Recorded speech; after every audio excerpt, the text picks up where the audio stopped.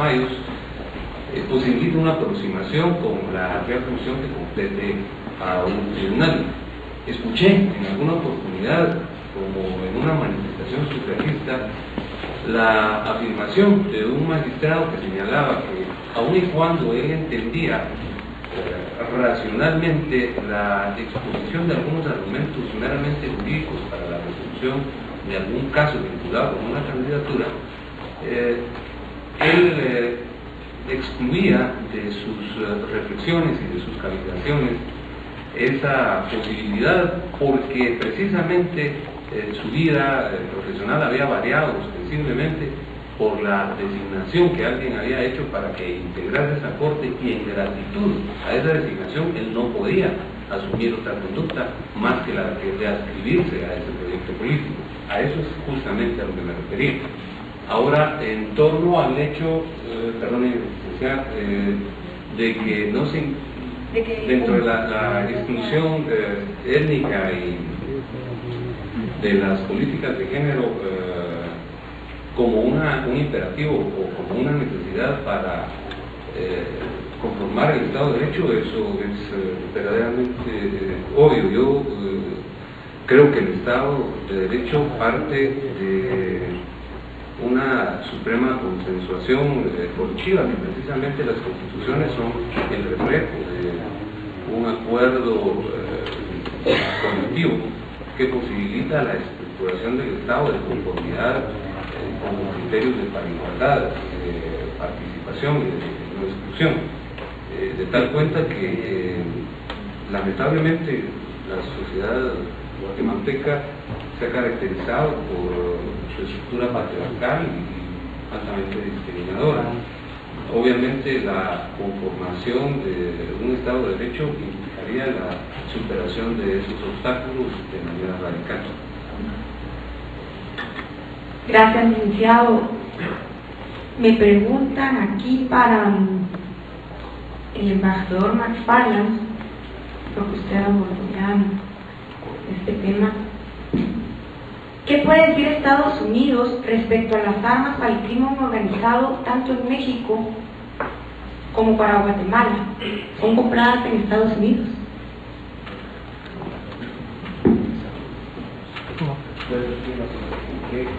¿Qué puede decir Estados Unidos respecto a las armas que compra el crimen organizado tanto para México como para Guatemala? ¿Son estas compradas en los Estados Unidos? Muchas de ellas son compradas en los Estados Unidos, y eso porque en Estados Unidos, por nuestra Constitución, la tenencia de armas es algo que está facilitada, y lo que ha pasado es que hay cualquier cantidad de ventas de armas que han proliferado en el sur de los estados, suroeste de los Estados Unidos, cerca de la frontera con México.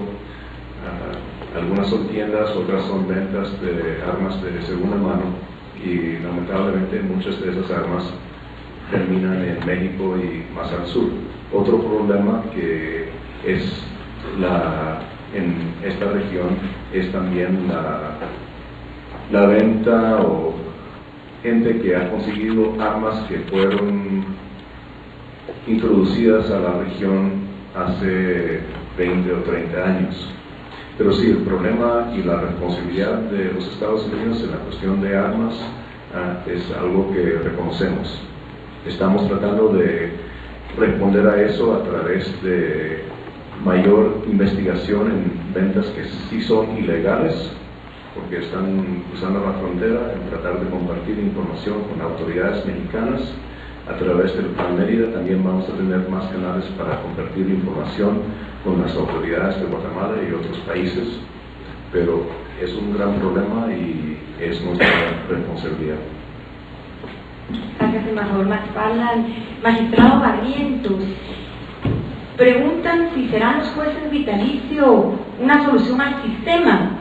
Y es una pregunta bastante interesante, porque en el marco de Proreforma que actualmente se encuentra en el Congreso, existe una propuesta para tener senadores vitalicios. Creo que es un tema que se deberá de comenzar a discutir en los próximos meses. Muchas gracias, muy amable. En realidad no se puede hablar de un juez o magistrado vitalicio. Creo que el concepto debería ser que puede estar en el ejercicio del cargo todo el tiempo que su conducta, su valor, su mentalidad de servicio, su vocación de justicia, su esfuerzo, su dignidad, su honorabilidad y su honra lo permiten. Y para eso la sociedad debe establecer controles eficientes que permitan, sin ingerir en la independencia judicial, ir conociendo sus fallos. Los jueces hablan a través de los fallos. Lo que tenemos que entender en Guatemala, y es algo que no hemos comprendido, es que los jueces se manejan con conceptos y criterios diferentes a lo de los políticos. El político, cuando ocupa un cargo, la característica esencial debe ser la alternabilidad en el cargo. Y para eso hay elecciones periódicas para que sean sometidas a consideración de la sociedad, sus planes, sus programas, su actuación, y así los elijan. Entonces, esos son dos marcos diferentes de juego. En cambio, el juez tiene que ser estable. Tiene que ser estable porque su profesión exige que la sociedad le dé condiciones de que su trabajo no esté sometido a presiones externas. Y para eso le genera esa condición de ajenidad, digamos, a las presiones o a exámenes de sus fallos fuera de los mecanismos y formas que las leyes establecen. Para eso están los recursos judiciales. Pero nosotros vivimos también en un contexto de suma desconfianza entre todos. Y quizás este ha sido uno de los problemas esenciales que hemos afrontado como nación. Cuando regulamos, en lugar de hacerlo para el futuro, pensamos en el pasado. Y entonces estábamos entrando a una democracia en donde se entendía que iba a haber un Estado respetuoso del ordenamiento jurídico y sometido a las leyes, fiscalizado también, pero entonces generamos leyes como cuando medidas y normas, como cuando el poder estaba ejercido por dictadores.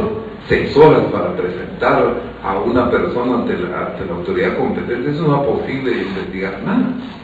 Un allanamiento solo en ciertas horas del día.